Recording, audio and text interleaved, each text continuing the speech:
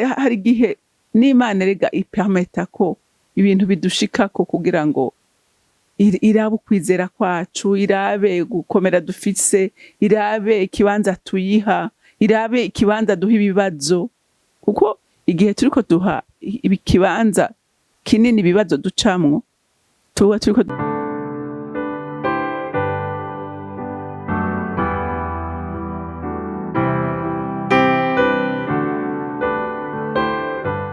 bakunzi ba Holy Canaan TV, n'umunezero kandi gusubira guhura namwe ngo tuganire ijambo ry'Imana. Ariko imbere yuko tutangura kuganira, reka tubanze dusenge. Oh haleluya, uri mwiza Mana, uri mwiza Data, ugira neza nyene imbabazi n'urukundo, ugira neza murengezi w'ubugingo bwacu. Ntawe usa nawe, ntawe uringaniye nawe, kandi ivyo ukora ni vyiza imisi yose Mana. Imitima yacu iranezewe kandi irahumuritse ko tuzi neza kuri kumwe natwe, kandi nta mwasi yo tugwanya, nta nico tunanira, nta cyo tunaniza, kuko we nta na kimwe kiguhagarara imbere y'uje gukora, ije gutabara Mwami Imana, uratabara kandi ibyo ukoze biba nk'uko wabiteguye. Ushimagizwe kandi wubahwe muri vyose na hose, mu izina rya Kristo Yesu senze nizeye ko vyumvise. Amen, amen. Rero ijambo Imana impaye kuganira namwe uyu munsi ni ijambo rivuga ngo uwizeye Imana nta ntambara yo mutera ubwoba. Haleluya. Umuntu yizeye Imana vy'ukuri nta kintu na kimwe gishobora guhagarika umutima wiwe. Haleluya. Hariho n'ukubwira ati jewe iyo mbonye intambara zije mbanzi ko ngira nduge grade. Haleluya. Kuko abazi ko agiye kugana urugamba, kandi umuntu yatsinze urugamba ahabwa ipete. Amen. Muze mubaze abasirikare mu ntambara, yagwanye intambara ikomeye aduga ipete. Haleluya. Ariko umuntu atagwana, umuntu atari umunyembaraga, haleluya, hari ivyo adashobora gushikira. Reka rero dusome ijambo ry'Imana muri Zaburi igice ca 27, turasoma kuva ku murongo wa mbere dushikane ku murongo wa 5. Haravuga ngo Uhoraho niwe muco wanje w'agakiza kanje, ninde notinya? Uhoraho niwe gihome ikingira ubugingo bwanje, ninde azonca ivutu? Hamwe inkozi z'ibibi zari zinziye ngo zirye inyama zanje, nibo bandwanya n'abansi banje baratsitaye baratemba. Haleluya. Naho ingabo zocumbika ahantu ngo zintere, umutima wanje ntiwotinya. Haleluya. Naho intambara yovyuka ikandwanya, no muri yo norema. Haleluya. Ico saba Uhoraho ni kimwe, nico nzohora nitwararika, nukuba mu ngoro y'Uhoraho imisi yose y'ubugingo bwanje, nkaraba ubwiza bw'Uhoraho, nkihweza urusengero rwiwe. Haleluya. Kuko ku munsi w'amagorwa azonzigama, akanyegeza mw'ihema ryiwe. Mu bwihisho bwo mw'ihema ryiwe niho azonyegeza. Azonshira hejuru, ampagarike ku gitandara. Amen. Haleluya. Ariko Mana, Dawidi Imana irakamuhezagira ubugira kandi yarazi kwandika amajambo meza, yarazi gusenga, yarazi gushima. Haleluya. Dawidi yarafise ukwizera gukomeye. Haleluya. Murumva amajambo yavuze ngo Uhoraho niwe muco wanje n'agakiza kanje, uninde notinya. Haleluya. Dawidi yarafise assurance ko ata kintu na kimwe, ko ata muntu n'umwe yomushobora. Dawidi yarazi neza ko n'ikintu comubako ari Imana yo bigipermesa, ata mwana w'umuntu yoshobora kumuhangara. Haleluya. Haleluya.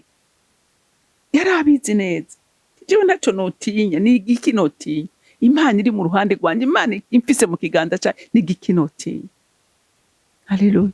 Muntu w'Imana, ndagomba kugutera intege nanje nitera intege. Ndagomba ko iri jambo ryaguka muri wewe. Mana, ndasenga datarugira byose ngo abantu dukunda ijambo. Abana b'Imana dukunda ijambo, tunyotegwa ijambo, twifuze kurya ijambo, twifuze kuba mu ijambo, tumva ku murango no mwijoro duhore tumedita ku ijambo. Nta buzima bubaho buryoshe nk'ubwo. Utume base naho bawicaye wumva base ugumana akaririmbo mu mutima wawe. Mbega murazi ko umutima uririmba? Haleluya. Kandi uriko uraganira n'abantu ariko wewe uriko uraririmba, impwemu yawe iriko iraririmba. Haleluya, haleluya. Dawidi yari yaramenyanye n'Imana, aramenya ko atakintu na kimwe gishobora kumutera ubwoba. Nguhoraho niwe gihome gikingira ubugingo bwanje, ngo ninde azonca ivuto. Ati je Imana iri mu ruhande rwanje, ni igiki conca ivuto? Ni igiki cotuma nirirwa ndatukana, nirirwa ndavuga amajambo atagira ico amaze? Haleluya. Eka abantu b'Imana kenshi dutawa kuba tukavuga amajambo tukidogera abantu tugatuma intoka abantu kubera iki? Kubera tutazi uwo turi kumwe. Haleluya. Kubera tutazi uwo turi kumwe. Dawidi umunsi umuhungu wiwe amukura ku ngoma, agahura n'abamutuka, yaravuze ati reka twice uyu mugesera ariko aragutuka gusuzugura. Amubwira ati mumwicira iki? Ati mumwicira iki abantu b'Imana? Ati nimumureke. Ati uyu munsi kubona ariko arantuka, ati Imana ishobora kuba ariyo yamutumye, ariko akaba atariyo yamutumye, iramenye ingene bigenza. Mana we, ndakwinginze umpa uwo mutima ukureka gutuma urutuka abantu. Urumva hari igihe n'Imana erega ipermeta ko ibintu bidushikako kugira ngo irabe ukwizera kwacu, irabe gukomera dufise, irabe ikibanza tuyiha, irabe ikibanza duha ibibazo. Kuko igihe turiko duha ikibanza kinini ibibazo ducamwo, tuba turiko dusuzugura Imana. Tuba turiko turavuga ngo Imana ntishoboye. Ariko igihe ikibazo tugisuzuguye, tuba turiko duha icubahiro Imana, tukayibwira ngo Mana, turazi ko atakintu na kimwe gishobora kuduhangara, turi kumwe nawe. Haleluya. Nta kintu na kimwe coshobora kuduhangara ngo duce ivutu, turi kumwe nawe. Imana igufashe nanje mfashe. Iri jambo rigira imbaraga ryo kubaka ukundi gushasha, nanje no kubaka umutima wanje ukundi gushasha. Nkuri bibazo tubwire ikibazo ubunini bw'Imana yacu no gukomera kw'Imana yacu, ariko ntidusuzugura Imana. Kuko iyo turiko twereka ikibanza kinini ikibazo, tuba turiko tuvuga ko Imana yacu ari ntoya, ko Imana yacu idashoboye. Ariko Dawidi yari yaramenye Imana yiwe. Haleluya. Nawe muntu w'Imana, ndifuza ko we nanje tumenye ubunini bw'Imana. Nta kibazo kinini kibaho imbere y'Imana, nta na kimwe. Haleluya, haleluya. Ngo kandi nizigira uhoraho ntakekeranye. Urumva, ntiyakekeranye Imana yiwe, yarayizigiye. Umva 100% yarayizigiye. Ngo uhoraho ku murongo wa 2 havuga ngo hamwe inkozi z'ibibi zari zinziye ngo zirye inyama zanje, ngo nibo bandwanya n'abansi banje, baratsitaye baratemba. Wavyumvise? Abamugwanya nibo batsitaye. Wibuke ko Sawuli yaguye ku rugamba. Yaguye ku rugamba, Dawidi abaho aja ku nganje. Haleluya. Abansi bazohora batsitara, abansi bazohora batema imbere yawe, bazohora babona Imana yawe gutabara, hama bamaramara. Amen, amen. Ngo naho ingabo zocumbika ahantu ngo zintere, umutima wanje ntiwotinya. Urumva, ingabo zacumbika buri munsi. Ingabo za Sawuli zamaziterana zije kurwanya Dawidi. Kandi ngo yatora iki? Ngo yatora abahizi b'inkomezi. Abahizi b'inkomezi ba Sawuli niwe yatoranye baza kurwanya Dawidi. Atagirangira n'ibigwanisho, ariko yari afise ikigwanisho gikomeye. Haleluya. Yari afise ikigwanisho gikomeye. Imana yiwe niwe yamubereye ikigwanisho, iramugwanira, iramutabara. Umwasi we waratsindwa, Dawidi yima ingoma. Haleluya. Nkuko Imana yabivuze. Amen. Umva, abasi bazora batembagara imbere yacu. Kondisho nuko twizera uhoraho. Haleluya. Ngo umutima wanje ntiwotinya, ngo naho intambara yovyuka ikandwanya, no muri iyo norema. Haleluya. Dawidi yaremera mu ntambara, akarema, akavuga ngo iyambwiye niyo kwizerwa. Haleluya. Iyambwiye ntiyivuguruza, iyambwiye ntinanirwa. Muntu w'Imana, nagira ndakubwire ngo iyakubwiye imwe yambarira, haleluya, niyo kwizerwa. Izobishitsa, izobikora Satana ahari, izobikora abadayimoni bahari, izoyikora abakugwanya bahari. Haleluya. Izobishitsa, abagucira urubanza bahari, babona Imana yawe ishitse isezerano ryawe. Haleluya. Iryo yakubwiye izorishitsa. Amen. Dawidi ntacyo batakoze, Satani ntacyo itakoze, ariko akagenda amuca hehe mu myanya y'intoke. Hari umunsi byari byarangiye Dawidi yafashwe, kuko ngo umusozi yari ariko barawuzungurutse, bamwe bamuca imbere abandi bamuca inyuma. Urumva ko bari kumuhurira hagati bakamwica n'ingabo ziwe, ariko Imana itaba iri kubigenza. Wewe utajya urukugira, abakwizeye bose ntibazokogwa n'isoni. Wewe utajya urukugira, abakwizeye bose ntibazokogwa n'isoni. Haleluya. Abamwizeye ntibazokogwa n'isoni. Haleluya. Imana igira iki? Iteze intambara mu gihugu. Sawuli yumva abaje kumubwira ati nyaruka, igihugu kiratewe. None umva igihugu cyatewe, yabandanya agwanya Dawidi, yaciye ajya kugwana, yaciye asubira inyuma, Dawidi arakira. Haleluya. None mwumva Dawidi yo kwiratiki, atirasi iyo Mana yiwe. Haleluya. Mbega jewe uyu munsi no kwiratiki nirasi Imana yanje?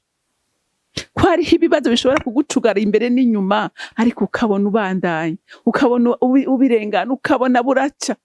Theogene yavuze ngo buraca, ngo bukongera bugaca. Haleluya. Ngo bigerageze sikarande kandi sinumurage, so umugabane wagabanye nananana. Urumva si umugabane. Haleluya. Hari Imana igenda iturenganya izo ntambara. Amen. Niyibikora, niyibishitsa. Haleluya. Ngo naho intambara yovyuka ikangwanya, no muri iyo norema, ico nsaba Uhoraho ni kimwe, nico nzohora nitwararika, nukuba mu ngoro y'Uhoraho iminsi yose y'ubugingo bwanjye, nkaraba ubwiza bw'Uhoraho, nkihweza urusengero rwiwe. Mwumvise ibanga rikomeye. Haleluya. Ibyo ntibipfa kwizana abantu b'Imana. Iyo protection imeze gutyo ntipfa kwizana. Iyo assurance yo kumenya ko Imana ari umurinzi wawe, ari umutabazi wawe, ntibipfa kwizana. Nuguhora mu ngoro y'Uhoraho, nuguhora mu ijambo ry'Imana, nuguhora uyihimbaza, nuko igicaniro cyo mu mutima wawe cyohora caka ku murango no mwijoro, ukaguma uri connecte. Haleluya. Urutsinga ntirucike. Amen. Apana bamwe bacakira ibyo bacakira, ata nico bariko barakora. Udasoma ijambo ry'Imana, utaba mu jambo, udasenga, utarondera Imana, ntibipfa kwizana. Hari ikiguzi. Haleluya. Haleluya. Hariho ikiguzi. Dawidi ngo ico nzohora, ico nsaba Uhoraho ni kimwe, nico nzohora nitwararika. Mwabyumvise? Ico nsaba kandi ico nzohora nitwararika ngo nukuba mu ngoro y'Uhoraho iminsi yose. Umva, iminsi yose, si umunsi umwe, si dimanche gusa. Si dimanche gusa, si kuri Noel no kuri Pasika. Iminsi yose y'ubugingo bwanjye, ngo nkaraba ubwiza bw'Uhoraho, nkihweza urusengero rwiwe. Urumva umunezero w'uyu mugabo? Ndakwifuriza kugira nawe uyu munezero, ukunezererwa kuba mu ngoro y'Uhoraho, ukunezererwa kuba muri presence y'Imana. Haleluya. Ntuhavuga ngo ingoro ndiko ndavuga ngo ni rya shengero. Oya, ingoro ni uyu mutima wawe. Haleluya. Iyi ngoro ihore yihweza ubwiza bw'Imana. Iyi ngoro ihore yifuza kuba muri presence y'Imana. Iyi ngoro ihore inezerwa gutazira no kuririmbira Imana. Iyi ngoro ihore inezererwa no kuba mu bwiza bw'Uhoraho. Haleluya. Ngo kuko ku munsi w'amagorwa azonzigama, akanyegeza mw'ihema ryiwe. Mwavyumvise? Uhora muri iyo presence. Ariko wogira inshuti, wogira inshuti mukundana amagara, washika mu ngorane ikagute? Oya. Igihorana n'Imana imenya n'ibigutera, iyo nagukebura ikakubwira intambara ziri imbere yawe. Haleluya. Ikakubwira ngo humura mwana wanje byose ndabikuye. Haleluya. Ni kenshi bantu b'Imana, ni kenshi umwasa tugwanya, ariko Imana ikabikura. Imana ikabikura utanabimenye. Haleluya. Haleluya.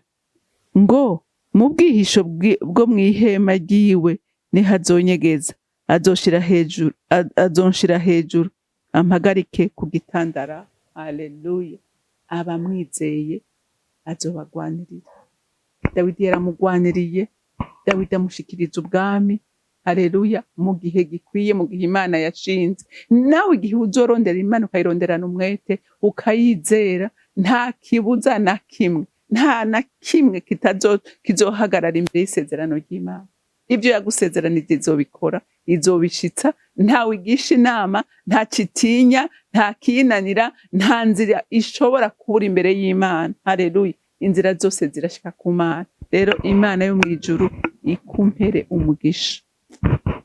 Mana y'imbabazi n'urukundo, sindambirwa kugushimira urukundo rwawe n'ubuntu bwawe butangaje. Uri umwizigirwa wa Mana we.